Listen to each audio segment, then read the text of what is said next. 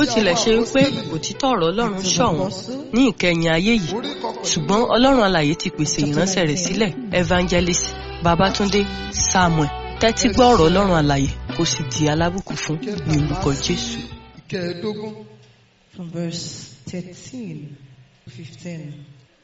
Ṣùgbọ́n àwọn Júù kan alárìnkiri alé ẹ̀mí èṣù jáde dáwọ́lé ní àdábọ̀wọ́ ara wọn láti pe orúkọ Jésù Olúwa sí àwọn tí ó ní ẹ̀mí búburú wípé a fi orúkọ Jésù tí Pọ́ọ̀lù ń wàásù fi yín bú. Àwọn méje kan sì wà, ọmọ ẹnìkan tí a pè ní Skepa, Júù àti olórí kan nínú àwọn àlùfáà tí wọ́n ń ṣe bẹ́ẹ̀. Ẹ̀mí búburú náà sì dáhùn, ó ní Jésù èmi mọ̀ ọ́, Pọ́ọ̀lù èmi mọ̀ ọ́, ṣùgbọ́n ta ni ẹ̀yin? Then certain of the vagabond Jews, exorcists, took upon them to call over them, which had even spirits, the name of the Lord Jesus, saying, We adjure you by Jesus whom Paul preached. And them were 7 sons of one Sceva, and a Jew, and chief of the priests, which did so. And the evil spirit answered and said, Jesus I know, and Paul I know, but who are ye? Our topic today. Who are you as a believer? Who are you as a believer? It's a question you ought to ask yourself. We saw in that passage that we just read about those people that also call themselves believers, but they are not believers. The Bible made us know they will move around and be saying they want to do signs and wonders. They don't even know themselves. They want to cast out evil spirits. When a lot of people do not know themselves as well. If you are not confident of whom you are as a Christian, it's better you go to your house. It's better you are at home, that you have an encounter with God.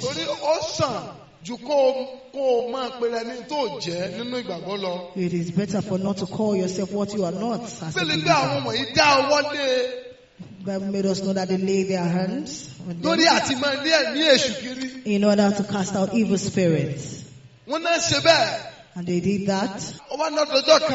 It got to a particular day. They want to cast out an evil spirit from a man. And they told the evil spirit to come against you in the name of Jesus and Paul preaching. These people have no encounter with Jesus. A lot of people today use their pastors, the God of their pastors, to pray. The way he has mentioned the God of this, the God of that. He or she does not see God as his or our God. We would not say it's bad for you to use the fathers of faith to pray.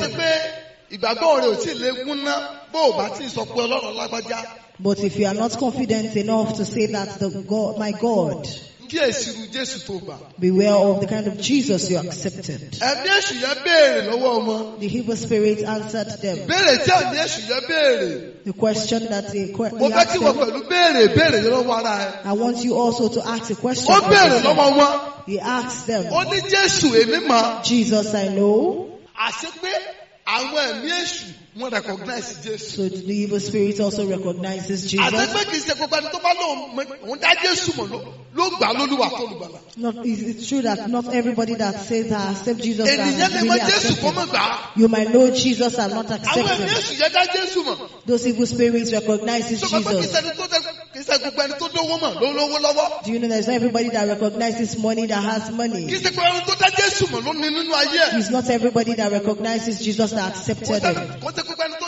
1,000 mọ̀ lónìí ní pamọ́. It's not everybody that recognizes 1,000 naira that has Ó it. ṣe é ṣe kéèyàn ó dá Jésù mọ̀ ṣùgbọ́n kó bá nínú ayé It ẹ̀. is possible to know Jesus and not accept him. Ọ̀pọ̀lọpọ̀ lónìí wọ́n dá Jésù mọ̀ ṣùgbọ́n wọn nínú ayé A wọn. lot of people know Jesus but they don't accept him. Wọn ò dẹ̀ gbà páwọn ò ní. And they did not believe that they don't accept Wọn ò him. gbà páwọn ò ní. They did not accept that Jesus is not in their Wọ́n ṣe bó life. ṣe wù wọ́n. They do whatever they Síbẹ̀ like. àwọn rọ̀ páwọn ní Jésù. So though they thought they have Ẹ Jesus, wo àwọn arákùnrin yìí. look at these people. Àwọn pẹ̀lú òní Jésù. They themselves don't have Ṣùgbọ́n wọ́n dá Jesus, Jésù mọ̀. but they know Jesus. Oh my God.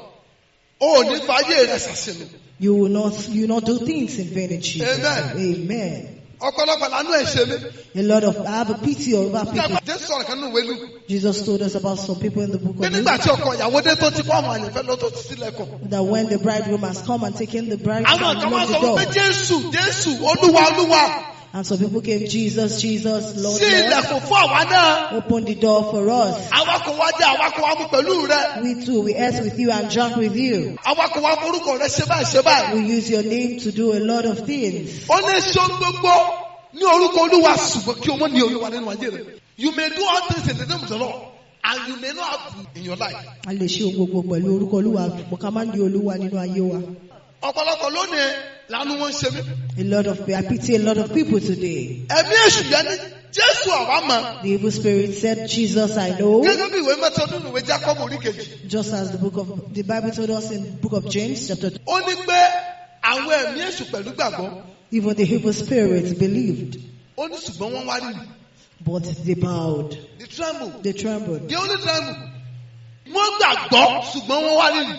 They believed, but they trembled. Ìwárìrì wọn kò yọrí sí ìrònúpìwàdà. But their trembleness did not lead to their repentance. So àwọn ẹ̀mí èṣù mọ Jésù. The evil spirit recognizes Jesus. Wọ́n mọ Jésù bí ẹni mowó. They know Jesus very Ṣùgbọ́n well. ṣe ni láàánú pé àwọn ẹ̀mí èṣù lè ní Jésù. But it's a pity that this evil spirit can't have Jesus. Ìkórìtà ẹ̀mí èṣù lọ́pọ̀lọpọ̀ tó wà lónìí ní ṣọ́ọ̀ṣì. A lot of people are in that situation today Tí wọ́n mọ Jésù. that know Jesus, Ṣùgbọ́n wọn kò lè gbà á. but they can't accept him. Wọn ò lè gbà á. They can't accept him. Ẹ̀mí èṣù yẹn ní Jésù àwa mọ̀. The evil spirit said, Jesus, I Jésù know. àwa dá mọ̀. Jesus will recognize him.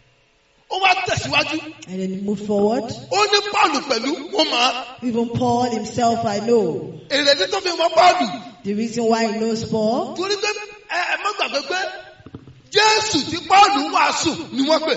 don't forget that they said Jesus that Paul preached. So ẹ̀mí èṣù mọ̀ pé Pọ́ọ̀lù ní Jésù lóòótọ́. The evil spirit knows that Paul has Jesus truly. Ẹ̀mí èṣù fọwọ́ sọ̀yà rẹ̀ pé Jésù ń gbénu ayé Pọ́ọ̀lù The àpòsílẹ̀. evil spirit is confidently saying it that Jesus is in the Ṣé life of àwọn Paul. ẹ̀mí èṣù lè fọwọ́ sọ̀yà pé Jésù ń gbénu ayé Can rẹ̀? the evil spirit be confident to say that Jesus is in your Àwọn life? aláìgbàgbọ́ tí wọn kò ní Jésù lólúwa tó gbà wọ́n lè fọwọ́ sọ̀yà pé Jésù ń gbénu ayé Can rẹ̀. the unbelievers say confidently that Jesus is in your life? Ẹ̀rí pé nínú ti gbòde kan nínú ìjọ lónìí. We see we have different kinds today. Olùkà ṣe kí ni o? Ó ti gbòde kan ṣọ́ọ̀ṣì lónìí. Kò Different sẹ́ni tí ò kinds lè are in the bẹ̀rẹ̀ church pásítọ̀. today. There's nobody that can call him or herself a pastor. Wọ́n ń jẹ́ pásítọ̀ àti ń borí ìrànlọ́wọ́ wọn. They are pastors and yet we have heard of humans. in Wọ́n them. jẹ́ pásítọ̀ àti wọ́n ti ní ìyàwó púpọ̀ nínú ilé. They are pastors and yet they have different wives at home. Wọ́n jẹ́ pásítọ̀ wọ́n sẹ́ni fọmọ òjò. They are pastors and yet they commit abortion for Wọ́n jẹ́ pásítọ̀ members. wọ́n bọ́mọ òjò sùn.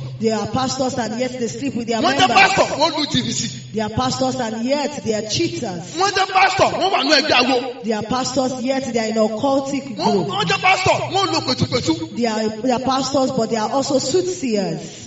Wọ́n jẹ́ pásítọ̀ wọ́n rírí èké. They are pastors but they have fake visions. Wọ́n jẹ́ pásítọ̀ wọ́n fi ètò lu àwọn ọmọ ìjọ. They call themselves pastors but yes they deceive people with charms. Bíbélì wípé The Bible said Olúwa mọ àwọn tó ń jẹ́ sí ẹ. the Lord knows his own.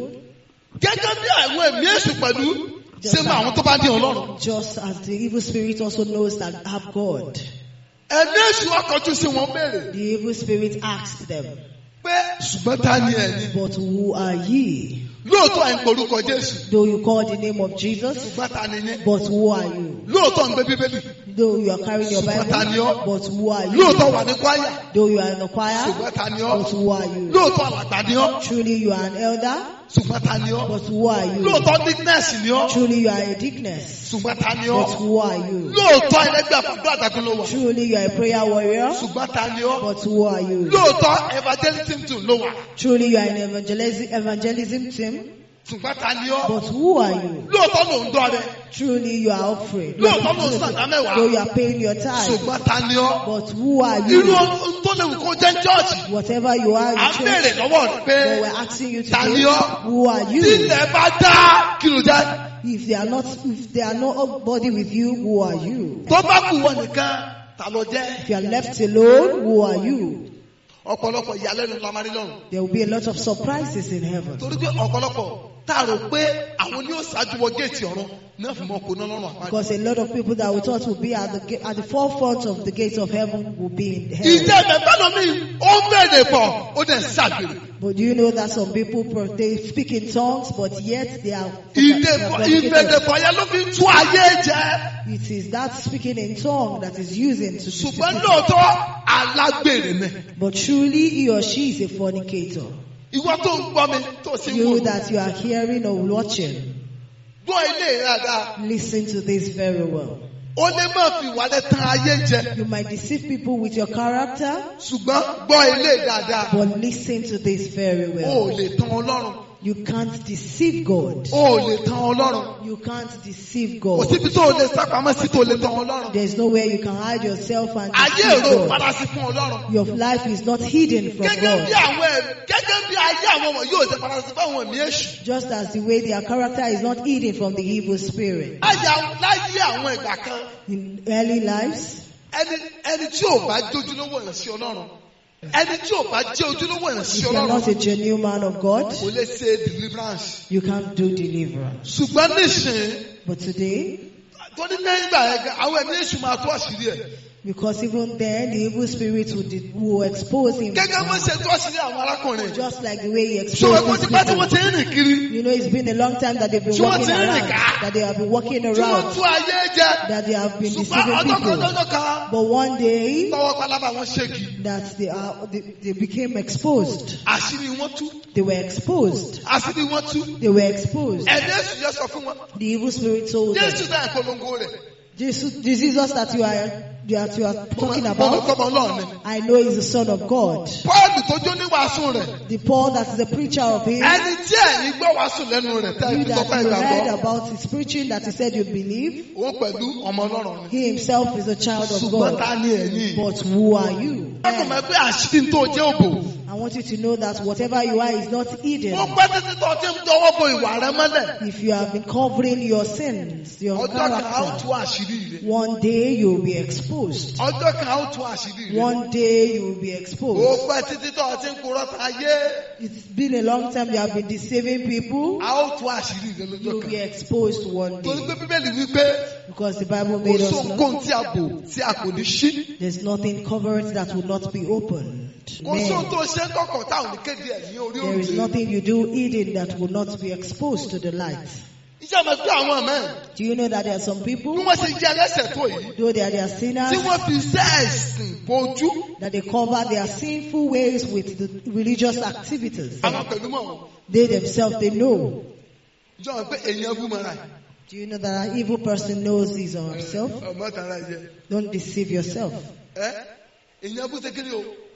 Ó mọ́ra rẹ̀. Evil person knows him or Ẹ jẹ́ lọ herself. sínú ìwé Àìsáyà. Let's go to the book of Isaiah. Orí 28 Isaiah ẹsẹ̀ 28, 15. verse 15. Ẹ jẹ́ ká gbọ́n tí ọ̀rọ̀ Ọlọ́run sọ níbẹ̀. Nítorí ẹ̀yin ti wí pé àwa ti bá ikú dá májẹ̀mú sọ̀rọ̀. Èèyàn náà làwọn ilé náà pẹ̀lú àwọn. They also call themselves the people of Ṣùgbọ́n ikú God. wọ́n bá kú mulẹ̀. But they had a covenant with death. A sì bá ipò òkú mulẹ̀. Nígbà tí pàtàkì yóò là á já kì yóò dé ọ̀dọ̀ wa nítorí a ti fi èké ṣe ààbò wa. Sọ́gbọ́n tí wọ́n sọ. Did you hear what they said? Wọ́n láwọn ṣe kí ni o? These lies are their refuge.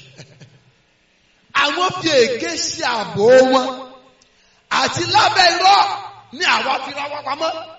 Because ye have said, we have made a covenant with death, and with hell are we at agreement. When the overflowing scourge shall pass through, it shall not come unto us.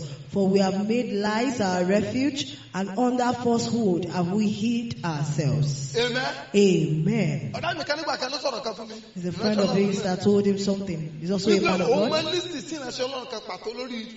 There's a particular man of God he used to listen to on the radio. He noticed that this man of God does not call the name of Jesus to the end. And listening all over. He has listened and listened very well. And when he's having a program, this is where he calls on Jesus. So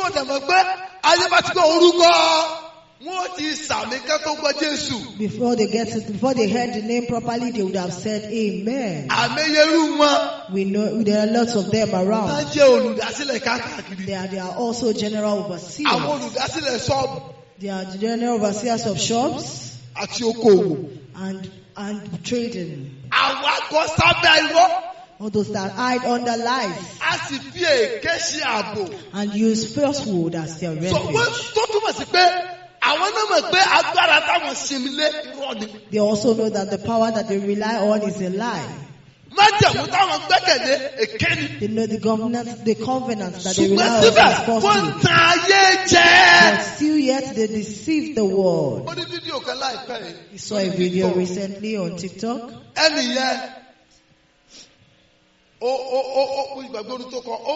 Little drama, He did a little drama there. And he passed a lot of message. But he passed a lot of message. It's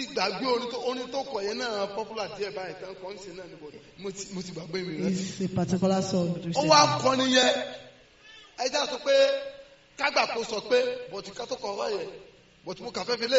It's just an example. Jesus is the power. That is not the song itself. Just an example. Amen. He was singing, and then he looked through the window. Then he saw like this. He looked at the other side.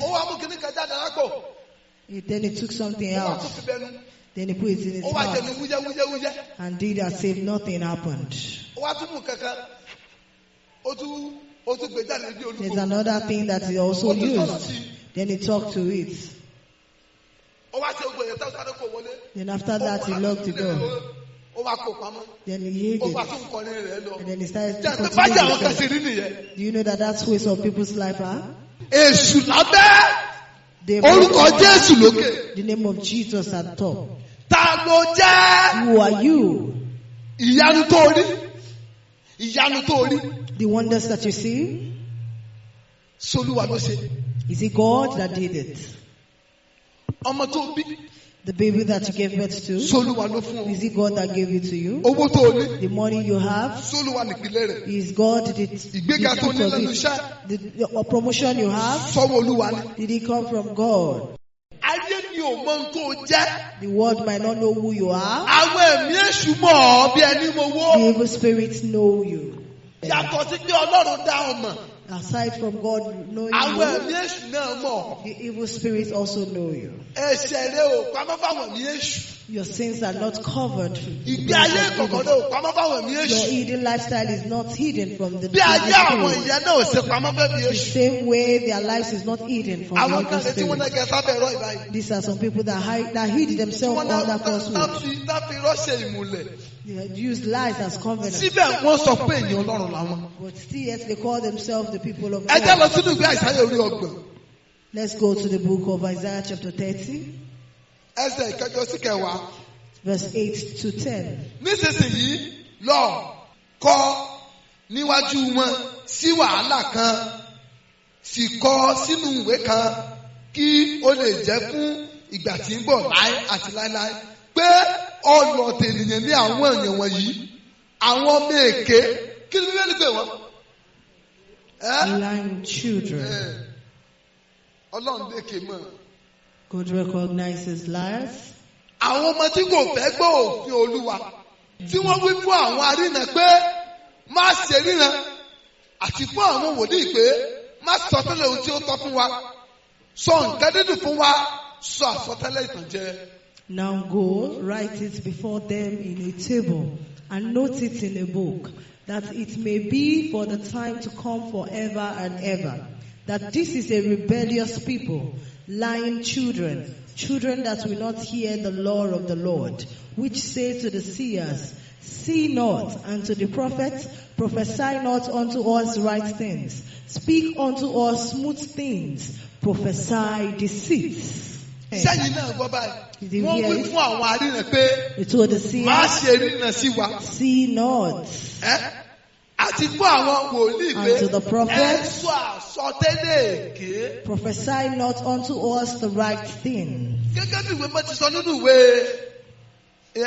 Tímótì kejì orí kẹrin. And second, Wípé ní ìgbà kẹyìn ọjọ́, that at the end of àwọn it, ènìyàn yóò jẹ́ ní sí etí rìn. Tí wọn kò ní bẹ́ẹ̀ kó tó yòkoro. the people that will Ṣùgbọ́n wọ́n not lọ́wọ́ want to hear the olùkọ́jọ́ fún ara truth, wọn. but they will get Ẹni tí teachers ó for mọ̀ sọ themselves. tí etí wọn fẹ́ gbọ́. Someone that will be telling them what they want to hear. Ẹ wọ́n fashion Christianity tó ní òde lónìí. Look at the version of Christianity today. Wọ́n fẹ́ ṣe Christianity. They want to do but in Christianity. their own style. But in their own style. Àwọn èèyàn ní problem ló wà àtìgbà Jésù. Wọ́n fẹ́ ṣe Jésù with their condition ní problem wà. They want to serve Jesus with their condition. That's where the problem is. Àwọn olófẹ́ dictate ti Jésù ó ṣe. You want to dictate for Jesus what he wants. Olùgbàlà lẹ́gbàá wọn ò bá lólúwa. They accepted him as Savior and not Kò Lord. dẹ̀ ṣeé ṣe kó o gba Jésù ní olùgbàlà kó o má gbà lólúwa. It is not possible to accept Jesus as your Savior and not Lord. Ìjọba pé tó bá fẹ́ ṣèjẹ́wọ́ tó bá fẹ́ jẹ́wọ́ Jésù lólúwa If tó you wọ́n. want to confess Jesus as your Lord and Savior, Wà ní mo gba Jésù ní olúwa you say, I accept Jesus as my àti Lord olùgbàlà. and Savior. So tó túmọ̀ sí pé tí ò bá jẹ́ olúwa rẹ kò lè jẹ́ olùgbàlà rẹ. Which means if he's not your Lord, he cannot be your Savior. Jésù tó o gbà Jesus that you accepted, ṣùgbọ́n tó o fẹ́ máa ṣàgbèrè but you want to continue to fornicate, o ò lè gba Jésù. you do not accept Jesus. Kò lè wọ́ọ̀kì. It cannot work. Jésù tó o gbà The Jesus you accepted, ṣùgbọ́n tó o fẹ́ máa ọmọtí. but you want to be drinking. Ọlọ́tí ìgò kò bára jẹ́. That he said that a bottle of beer Ọtí is ìgò not méjì ò bad. bára jẹ́. 2 bottles of beer is not bad. Kò lè wọ́ọ̀kì. It can't work. Torí pé Jésù sọ pé Because Jesus said, ẹ wá sọ́dọ̀ mi. come to me, Gbogbo ẹ̀yin tí ń ṣiṣẹ́ all you who are tí a di ẹrù heavy wúwo lé lórí. that you are now heavy laden. Ó ní ẹrù mi fúyẹ́. Said my yokes are Àjàgà tèmi ṣe kiri o. Ó rọrùn. light. Ó túmọ̀ sí pé tó o bá gba Jésù. It means if you accept Jesus, Ó gba àjàgà ìwà mímọ́. you also accept the yoke of holiness. Amen. Amen. Ṣùgbọ́n àwọn èèyàn bá máa jẹ́ Kìrìsìtẹ́nì lónìí. But a lot of people want to be Pẹ̀lú Christians bí ayé today èrí àti ẹ̀ṣẹ̀ ọwọ́. with their sinful lifestyles. Kò sì lè ṣeéṣe. And it is Torí impossible pé ọ̀gá méjì ò lè ṣe kí ni o. because Kò two lè buses wọ́kọ̀ pọ̀. cannot drive. Two Ọ̀gá drivers méjì ò lè ṣe cannot kí ni drive o. a bus. Kò lè wọ kọ̀kọ̀. Bíbélì wípé The Bible says ẹ lè sin bàbá méjì. you can't serve two masters. Ẹ lè ṣe kí ni o. You can't serve two masters. Ìdàkẹ́ ẹ fẹ́ràn ọ̀kan Is either you love one tàbí kẹ́ ẹ kórìíra èkejì. and hate the other. Wo kó o tó kò láyé. Before you leave this world, Tú ẹrù ìgbàgbọ́ tó di yẹ́bẹ́yẹ́bẹ́. check the load of your faith. Kó o tó kò láyé. Before you leave this world, Tú ẹrù ìgbàgbọ́ tó ní kalẹ̀. put down your load of faith Kó o tú yẹ́bẹ́yẹ́bẹ́. and check it very Kó o wo well. òdiwọ̀n ẹrù yẹn nípa ọ̀rọ̀ Ọlọ́run. And check it with the word of God. Ṣé lóòótọ́ ló gba Jésù? Is it truly you accepted Àbí ṣe ló Jesus ń tan ara rẹ jẹ? or you are deceiving yourself?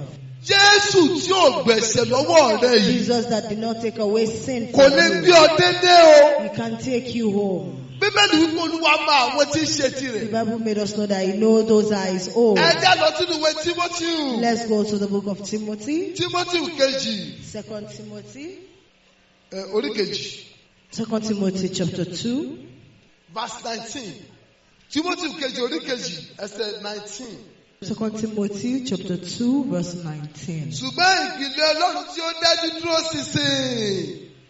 Ó ní èdìdí yìí pé Olúwa mọ àwọn tí ń ṣe tirẹ̀. Nevertheless, the foundation of God standeth sure, having this seal. Àti pẹ̀lú kí olúkúlùkù ẹni tí ó pe orúkọ Olúwa kí ó kúrò nínú àìṣòdodo. Nevertheless, the foundation of God standeth sure, having this seal, the Lord knoweth them that are his, and let everyone that nameth the name of Christ depart from iniquity. Bíbélì sọ nínú ìwé Jòhánù orí kẹwàá. The Bible told us in the Jésù book of John, mú àwọn àgùntàn mi. Jesus said, I know my Àwọn sheep, àgùntàn tẹ̀mí pẹ̀lú sékìní o. and my sheep Wọ́n mọ̀ mí. they know me. Ó ní wọ́n gbọ́ ohùn mi, wọ́n ti tọ̀ mí They lẹ́yìn. heard my name and they follow me. They heard Fún my ló ṣe voice. ló ọmọ Jésù lólúwa àtolùgbàlà. How can you call Jesus your personal Lord and Ìwà Savior? àwọn kèfèrí ló wà nú ayé And rẹ. you have the lifestyle of an unbeliever. Chọ́ọ̀chì lẹ́lòmíì ti jẹ́ èèyàn mímọ́ mọ́. It's just in church that some people are holy. Chọ́ọ̀chì lẹ́lòmíì ti jẹ́ èèyàn tó ní láárí mọ́. It's only in church that we have responsible people. Tó bá ti di Monday, When it gets to Monday, ó ti dàdàkudà. then it has become something else. Ọ̀gá lọ́pọ̀lọpọ̀. Some people are chameleons. Tó kó tó bá wà ní Róòmù, That we are in Rome, wọ́n á ṣe bí ara Róòmù. they behave like Tó bá Romans. tún sí Jerúsálẹ́mù, Then when they get to wọ́n á Jerusalem, ṣe bí ara they Jerúsálẹ́mù. will do like the Ìgbàgbọ́ Jerusalem. ni ò ní gbé ọ délé. That kind of faith cannot take you home. Jẹ́ ayé mọ ohun tó jẹ́. Let the world know who you are. Bó o bá fi ń tó jẹ́ pamọ́ títí, If you hide whoever you are, àṣírí ń tó jẹ́ ó padà lù jáde lọ́jọ́ the kan. secret will be exposed one day. Àṣírí ń tó jẹ́ ó padà lù jáde lọ́jọ́ kan. The secret of whom you are will be exposed one day. Ọjọ́ mo gbọ́ sítórì kan. We had a story. Wọ́n ní ẹ̀ṣọ́ lọ́rùn kan bíṣọ́ọ̀bù ni. A bishop, Wọ́n ló lórúkọ nínú ìlú. he has the name in the city. Ó wá di olùgànjọ́. Àwọn ọlọ́dẹ ṣiṣẹ́ lọ. Wọ́n ló wá di olùgànjọ́. Then he got to midnight. Ní gbẹ̀bọ̀ ó lọ pẹ̀lú aṣọ funfun ní ìdìkan. Then he's carrying sacrifice with a white cloth on him. Àwọn ọlọ́dẹ bá ní tánú. And the hunters were like, who is that? Lóde ẹsẹ̀ mi dédé. He said, tread me carefully. Bishop, Ẹni mi, it is you. ẹ pa mí sílẹ̀, mọ́ pa mí síta. He said, kill me inside and not exposed. Ṣé ò ti kú yẹ́nyẹ́ náà tẹ́lẹ̀? Is he not dead? Ṣé ò ti kú yẹ́nyẹ́ náà Is tẹ́lẹ̀? he not dead? Ọ̀pọ̀lọpọ̀ àpèdè fọ̀. Ló ṣe pé òfẹ́ gèmí wá. There are a lot of speaking in tongues. People that speak in Ṣé a lọ tongues. sínú ìwé ìfihàn orí kẹta? Let's go to the book of Revelation. Ìfihàn orí kẹta. Revelation chapter 3. Jáwọ́ ẹsẹ̀ kìíní. Revelation chapter 3 verse 1. Ẹ kíyèsí ọ̀rọ̀ bí gidigidi gan. Take note of this words very well. Àti sí áńgẹ́lì jọ ní Sádì kọ̀wé. Nǹkan wọ̀nyí ni ẹni tí ó ní ẹ̀mí méje Ọlọ́run àti ìràwọ̀ méje ní wí pé èmi mọ iṣẹ́ rẹ àti pé ìwọ ní orúkọ pé ìwọ wà ní ààyè ṣùgbọ́n ìwọ kú. And unto the angel of the church in Sardis write, This thing saith he that hath the seven spirits of God and the seven stars. I know thy works, that thou hast a name, that thou livest and art dead. Ìwọ ní iṣẹ́ ìsìn táwọn fi pè ọ́ lọ́mọ Ọlọ́run. You have good work. We have works that will call you child of God. Ó láwọn ìjáfáfá kẹta ló fi pè ọ́ lọ́mọ Ọlọ́run. You are so diligent that we can call you a child of God. Ó láwọn iṣẹ́ eré àfojúṣe kẹta ló fi pè ọ́ lọ́mọ There are Ọlọ́run. some good things you've done that we can call you a Ó child of láwọn God. ìjáfáfá kan tá ló fi pè ọ́ lọ́mọ You Ọlọ́run. are so diligent in some things that we can call you a child of God. Ṣùgbọ́n ó ìṣojúlówó ọmọ Ọlọ́run. But you are not truly a child of God. Ó ìṣojúlówó ọmọ You Ọlọ́run. are not truly a child of God. Ọlọ́run mọ àwọn tí ń ṣe tiẹ̀ ní tòótọ́. God knows those that are his. Má rò pé o lè fi iṣẹ́ rẹ̀ ràgbàlà. Don't think that your good works can buy salvation. Bíbélì sọ fún wa pé The Bible orí told us, ọ̀fẹ́ láti gbà wá là kì í ṣe nípa iṣẹ́ kẹ́nikẹ́ni má bàa ṣògo. It's by grace that we are saved, not by our works. Let no one glory in himself.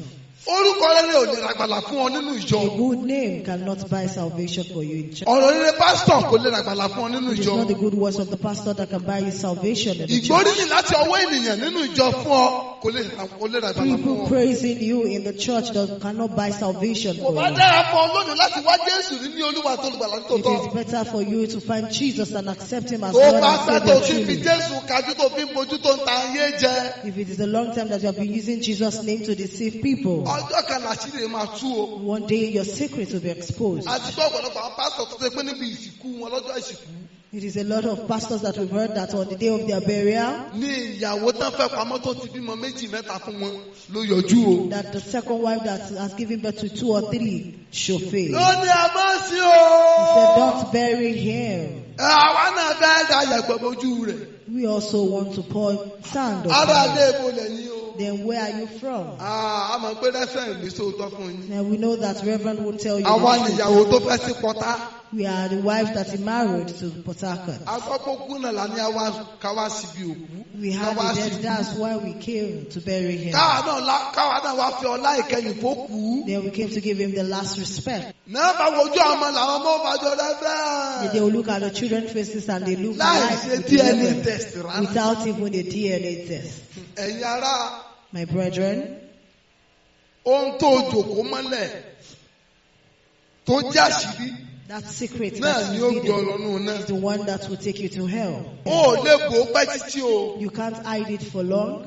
O ò lè bò ó pẹ́ títí o. You can't hide it for long. For long. Irú ẹni tó jẹ́ tíjọ ọlọ́run ò mọ̀. The kind of person that you are at the church. Irú ẹni you tó don't jẹ́ know. tí pásítọ̀ rí o mọ̀. The kind of thing that the pastor did O not ò know lè that bò you ó pẹ́ are. títí o. You can't hide it for long. Àgbà ìránṣẹ́ ọlọ́run kan ni mo gbọ́ sórí kan nípa It's wọn. about a particular man of God Wọ́n that jẹ́ ẹ̀ṣọ́ he ọlọ́run tó gbóná gidi gan. He has the Spirit of God in Ṣé ẹ̀mí him, olúwa dẹ́nu ló takuntakun? and the Spirit of God uses him. Ṣùgbọ́n Ọlọ́run fi àṣírí interpreter wọn pamọ́ fún wọn fún ọ̀pọ̀lọpọ̀ ọdún. But the Lord hid the lifestyle of the Láàmú interpreter for pé a long ẹni time, tó interpret fún wọn àjẹpọ́nbélé ni. not knowing that their interpreter is a witch. Wọ́n ti pa tó ti jẹ́ àjẹ́. But it's a long time that she has Ó ti pẹ́ kó been ti a wà ní witch. ẹgbẹ́ òkùnkùn. It's a long time that she has been in that Ṣùgbọ́n ní group. ọjọ́ kan, But one day, Ọlọ́run ṣí aṣọ lójú egun rẹ̀. but the Lord exposed her. Ọlọ́run ṣí aṣọ lójú egun The rẹ̀. Lord exposed her. Ó ti lè pé ogún ọdún, ó ti lè pé ọgbọ̀n ọdún. It might be 20 or 30 years Tí ìwọ pẹ̀lú náà ti ń fi ìgbàgbọ́ bojú. that you have been covering face with Christianity. Tó o ti fi ìgbàgbọ́ bo ẹ̀ṣẹ̀ rẹ That you mọ́lẹ̀. have been using Christianity to cover your Tó o sinful ti fi lifestyle. ìyágágá bo ẹ̀ṣẹ̀ rẹ That mọ́lẹ̀. you have been using your diligent Mo sọ fún lifestyle ọ to lónìí cover pé up your sin. bí àṣírí àwọn ọmọ méje Skẹ́fà ṣe tú.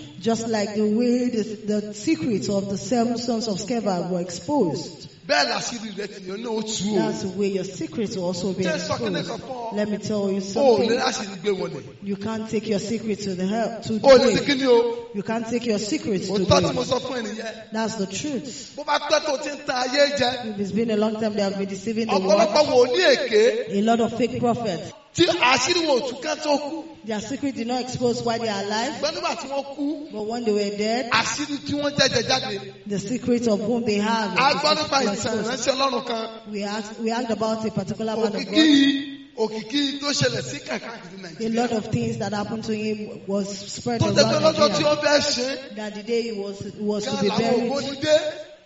Àwọn ògbóni dé. then the occultic came. Pé tó bàbá ò ní gbórí wọ̀sà o. That you can't bury him. Ó ti bóṣù jẹ́ ó ti dé sùn mú o. He has dined with the So evil nítorí devil. rẹ̀ á gbé orí rẹ̀ kó lọ́rùn rẹ̀. For this reason, we will cut his head.